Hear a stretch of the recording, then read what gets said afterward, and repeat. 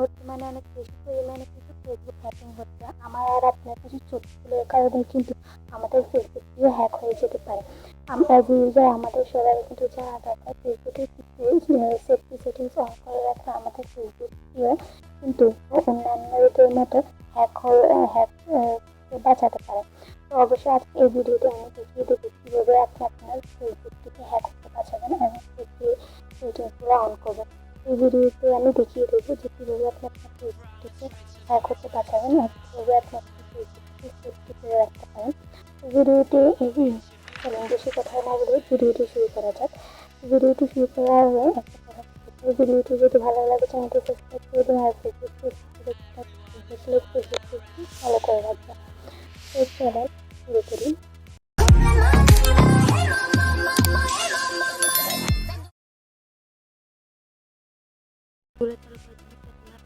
ফেসবুকে চলে যাবেন। ফেসবুক আপনার টাকা ফেসবুক অ্যাপটি চলে যাবেন। ফেসবুক থ্রিডট ক্লিক করবেন। থ্রিডট অপশনে এই যে উপরে যে মেসেঞ্জার মেসেজ থ্রিডট অপশন দেখতে পাচ্ছেন, মেসেঞ্জার মেসেজ থ্রিডট অপশনটির উপরে ক্লিক করবেন। থ্রিডট অপশনে ক্লিক করার পর এই যে সেটিংস নামে আইকন একটা দেখতে পাচ্ছেন, এই সেটিংসে ক্লিক করবেন। সেটিংসে ক্লিক করার পর সেটিংসে ক্লিক করার পর একটা অপশন দেখতে পারবেন অ্যাকাউন্ট কারেন্টলি, এটাতে ক্লিক করবেন। অ্যাকাউন্ট কারেন্টলিতে ক্লিক করার পর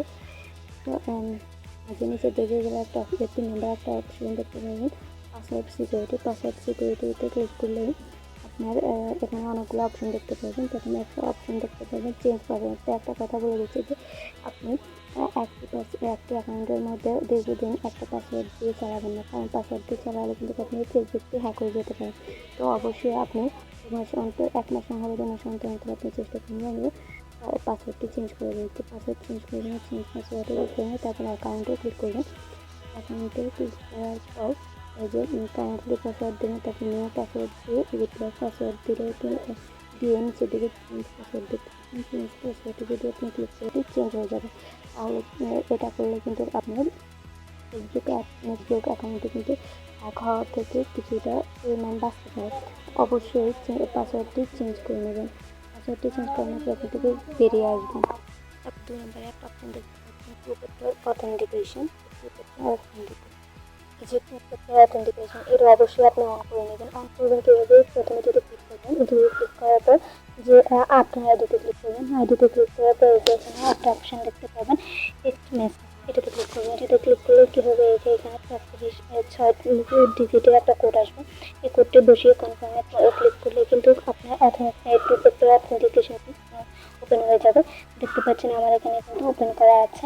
তো এটা ওপেন করলে কী হবে যে আপনার কেউ যদি আপনার আইডিটি অন্য অ্যাকাউন্টে লগ ইন করতে চায়, তাহলে আপনার এই টু ফ্যাক্টর অথেন্টিকেশন আপনার চালু থাকলে আপনার অ্যাকাউন্টে টেক্সট চলে আসবে, মেসেজ চলে আসবে যে আপনার আইডিটি অন্য জায়গার মধ্যে লগ ইন করা হচ্ছে।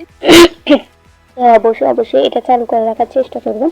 এটা চালু করে রাখলে এবার দেখতে পাচ্ছেন আপনি যদি ওখানে কোড আসতে দেরি হয় তখন আপনি এখান থেকে আপনার 6 ডিজিটের কোড নিয়ে আপনি বসিয়ে আপনি কিন্তু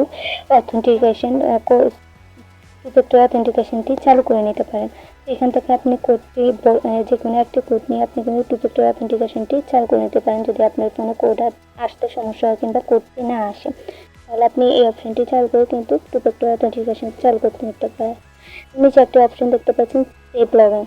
সেভ লগইন মানে হচ্ছে যে আপনার এখানে যে অ্যাকাউন্টের মধ্যে যে কোন ডিভাইসে লগ ইন করা আছে সেই ডিভাইস কিন্তু আপনি অবশ্যই সেভ করে রাখতে পারেন। সেভ অ্যাজ এর এখানে ক্লিক করে সেভ লগইন ক্লিক করে কিন্তু আপনি সেই সেক্টরগুলো সেভ করে রাখতে পারেন। এখানে ক্লিক করে কিন্তু আপনি সেভ করে নিতে এখান থেকে বেরিয়ে আসবেন। নিচে দেওয়া একটা option where are you logging in, এটাতে ক্লিক করলে দেখতে পাবেন যে আপনার আপনার ফেসবুকে ক্লিক করে নেবেন ফেসবুকটি কোন ডিভাইসের সাথে লগ ইন করা আছে। তো দেখতে পাচ্ছেন আমার সবগুলো কিন্তু আপনি এখানে দেখতে পাচ্ছেন আমার এখানে আইটেলস এর মধ্যে লগ ইন করা আছে, অন্যান্য অ্যান্ড্রয়েডের মধ্যে লগ ইন করা আছে, অন্যান্য সবগুলোর মধ্যে কিন্তু আমার এই ফোনটি আমার অ্যাকাউন্টটি লগ ইন করা আছে। তো আপনি যদি লগ আউট করতে চান তো অবশ্যই এটাতে ক্লিক করে আপনি এটা লগ আউট করে নিতে পারেন। এই যে লগ আউট কীভাবে করবেন, এখানে ক্লিক করবেন। এখানে ক্লিক করে আপনি লগ আউট, এই যে নিচে আপনি দেখতে পাচ্ছেন উপরে একটা লগ আউট অপশন, এই লগ আউটে ক্লিক করলে কিন্তু সেখান থেকে সিডি পেজ থেকে আপনার অ্যাকাউন্টে লগ আউট হয়ে যাবে।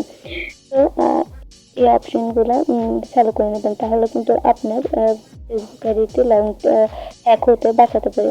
আপনি নিচে একটা অপশন দেখতে পাচ্ছেন লগ ইন অ্যাডভান্স, এটাতে ক্লিক করে আবার আপনি ফেসবুকে ক্লিক করবেন। ক্লিক করার পরে এই যে ইন অ্যাপ নোটিফিকেশন, এটা ক্লিক করে দিলে কি হবে যে আপনার ফেসবুকে যদি অন্য ডিভাইসে লগ ইন করতে হয়, তাহলে আপনার ফেসবুকের মধ্যে একটা ফেসবুক অ্যাপের মধ্যে একটা নোটিফিকেশন চলে আসবে যে আপনার ফেসবুকটি অন্য জায়গার মধ্যে লগ ইন করা হচ্ছে। তাহলে আপনি খুব তাড়াতাড়ি বুঝতে পারেন যে আপনার ফেসবুকটি হ্যাক হয়ে যাচ্ছে। তাহলে আপনি আপনার ফেসবুকের পাসওয়ার্ড ইমেল চেঞ্জ করে কিন্তু আপনি ফেসবুকটি হ্যাক হতে বাঁচাতে পারেন। অবশ্যই অপশনটি চালু করে রাখবেন। তারপর নিচে দেখতে পাচ্ছেন রেস্ট্রিক্টেড ইমেল, এটি চালু করে রাখলেও কিন্তু আপনি আপনার ফেসবুকটি হ্যাকার হাত থেকে বাঁচাতে পারেন। তো অবশ্যই এটা আপনি চালু করে রাখবেন। এটা চালু করে রাখলে কী হবে যে আপনার ফেসবুক আইডিটা অন্য জায়গায় লগ ইন করতে গেলে আপনার এই ইমেলের মধ্যে একটা ইমেল আসবে যে আপনার ফেসবুকটি অন্য জায়গায় লগ ইন করা হচ্ছে। তাহলে আর কিন্তু আপনি বুঝতে পারবেন যে আপনার ফেসবুকটি অন্য জায়গায় লগ ইন করা হচ্ছে। তাহলে আপনি খুব তাড়াতাড়ি হ্যাকার হাত থেকে এটা বাঁচাতে পারবেন।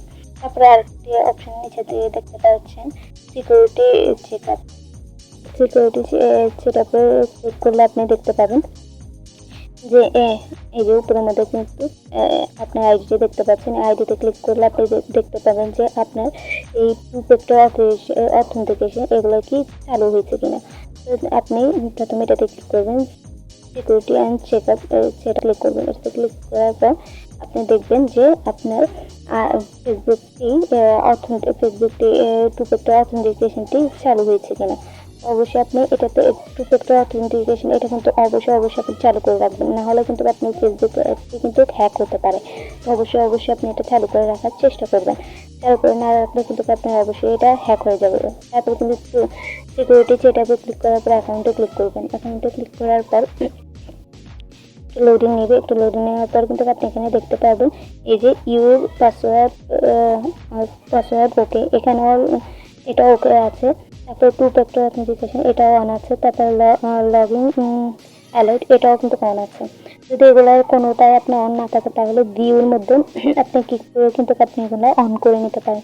আপনার অবশ্যই যদি অন না থাকে তাহলে আপনি ভিউর মধ্যে নিচে যে আপনি ভিউ অপশন দেখতে পাচ্ছেন, আপনি যে ভিউ অপশানে আপনি ক্লিক করে এটার মধ্যে আপনি ক্লিক করবেন। ক্লিক করার পর ওখানে একটা অপশন দেখতে পাবেন এই যে চেঞ্জ পাসওয়ার্ড, এটাতে ক্লিক করে তারপরে আপনার পাসওয়ার্ডটি চেঞ্জ করে নিতে পারেন।